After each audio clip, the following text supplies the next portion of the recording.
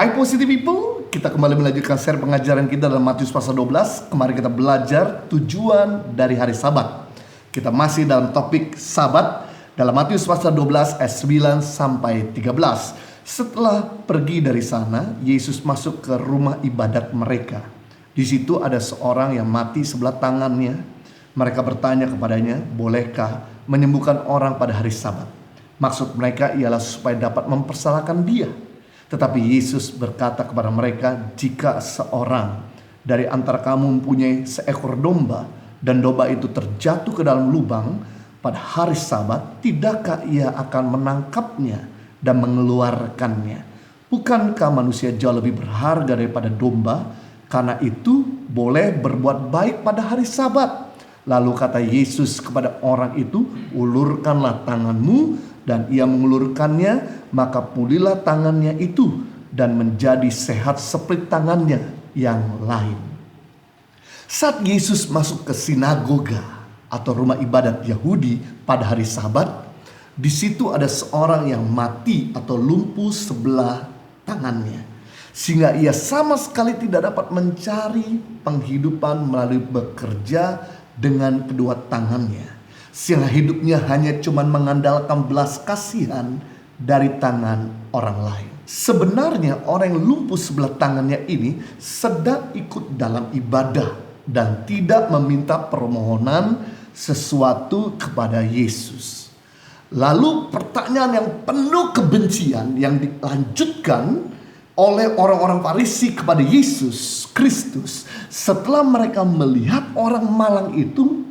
Mereka bertanya kepada Yesus, bolehkah menyembuhkan orang pada hari Sabat? Maksud mereka ialah supaya dapat mempersalahkan dia.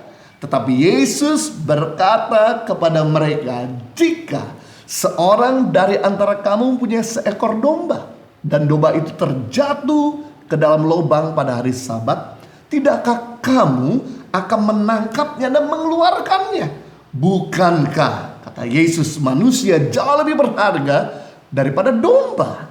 Karena itu boleh berbuat baik pada hari Sabat. Menurut hukum orang Farisi, membenarkan seseorang menolong domba yang jatuh ke dalam lubang pada hari Sabat. Tetapi tidak memperbolehkan menolong sesama manusia di hari Sabat. Bagi orang Farisi, domba lebih penting ketimbang manusia. Ritual lebih utama dari belas kasihan. Sebaliknya, bagi Yesus, manusia lebih utama dari domba dan ritual-ritual agama. Sikap Yesus ini memperlihatkan bahwa Allah menghendaki belas kasihan ketimbang ritual agama. Itu sebabnya Yesus langsung mengulurkan tangannya dan menyembuhkan orang yang mati sebelah tangannya.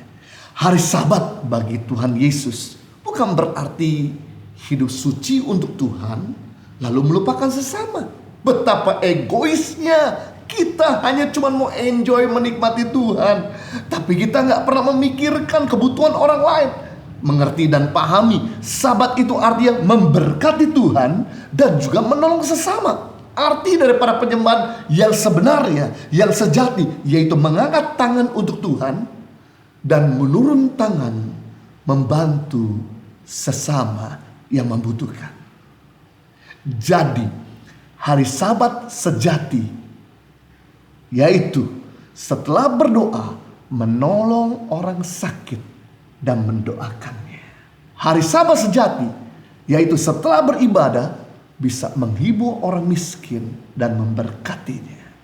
Hari Sabat sejati setelah menyembah Tuhan bisa membantu orang yang tiba-tiba dilanda kesusahan dan memberikan bantuan kepada mereka dengan segera. Hari Sabat sejati setelah mendengar firman Tuhan yaitu segera melakukannya. Matius pasal 7 21-23, bukan orang yang berseru Tuhan Tuhan yang masuk kerajaan Allah. Bukan orang yang menyembah Tuhan, mengangkat tangan, bertepuk tangan, melompat yang masuk kerajaan surga. Tapi orang yang melakukan kehendak Allah. Bukan orang yang bernubuat, menyembuhkan orang sakit dan masuk kerajaan surga, tapi mereka yang melakukan kehendak Tuhan. yang masuk kerajaan surga. Sebab ibadah yang sejati, Yakobus 1:27, ibadah yang murni dan tak bercacat di hadapan Allah Bapa kita ialah mengunjungi yatim piatu dan janda-janda dalam kesusahan mereka, dan menjaga supaya dirinya sendiri tidak dicemarkan oleh dunia. Ketahuilah, di akhir zaman ketika Yesus menjemput kita akan berhadapan dengan Raja segala raja, dan Dia akan memisahkan domba di sebelah kanan dan kambing di sebelah kiri. Siapakah domba tersebut? Ketika aku lapar, kau memberi aku makan. Ketika aku haus, kau memberi aku minum. Ketika aku telanjang, kau memberi aku pakaian. Ketika aku susah, engkau menghibur aku. Ketika aku sakit, engkau merawat aku. Barang siapa melakukan daripada seseorang paling hina ini, kau sedang melakukan untuk aku. Dan siapakah di sebelah kiri itu? Kambing. Ketika aku lapar, kata Yesus, engkau tidak memberi aku makan. Ketika aku susah, engkau tidak menghibur aku. Ketika aku sakit, engkau tidak merawat aku. Hanyalah engkau daripada segala kejahatan. Jadi kita bisa melihat di sini, terima Yesus sebagai Tuhan dan Selamat tidak cukup. Yang kita perlu lakukan, kita juga perlu melakukan firman Tuhan untuk kita bisa berkenan di hadapan Tuhan dan membuat ibadah kita adalah ibadah yang sejati, dengan mengangkat tangan kepada Tuhan, memberkati Tuhan, tapi turun tangan memberkati yang lain. Selamat menikmati ibadah yang sejati. Tuhan memberkati.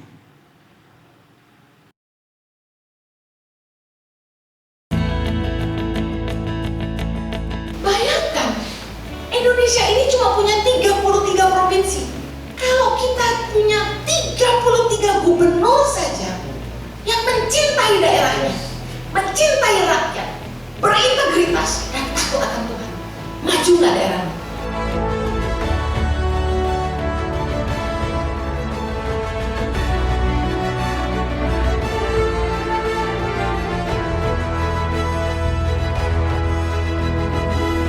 Suka duka, perjalanan tangan pengharapan dalam membangun pendidikan di pelosok tanah air Indonesia.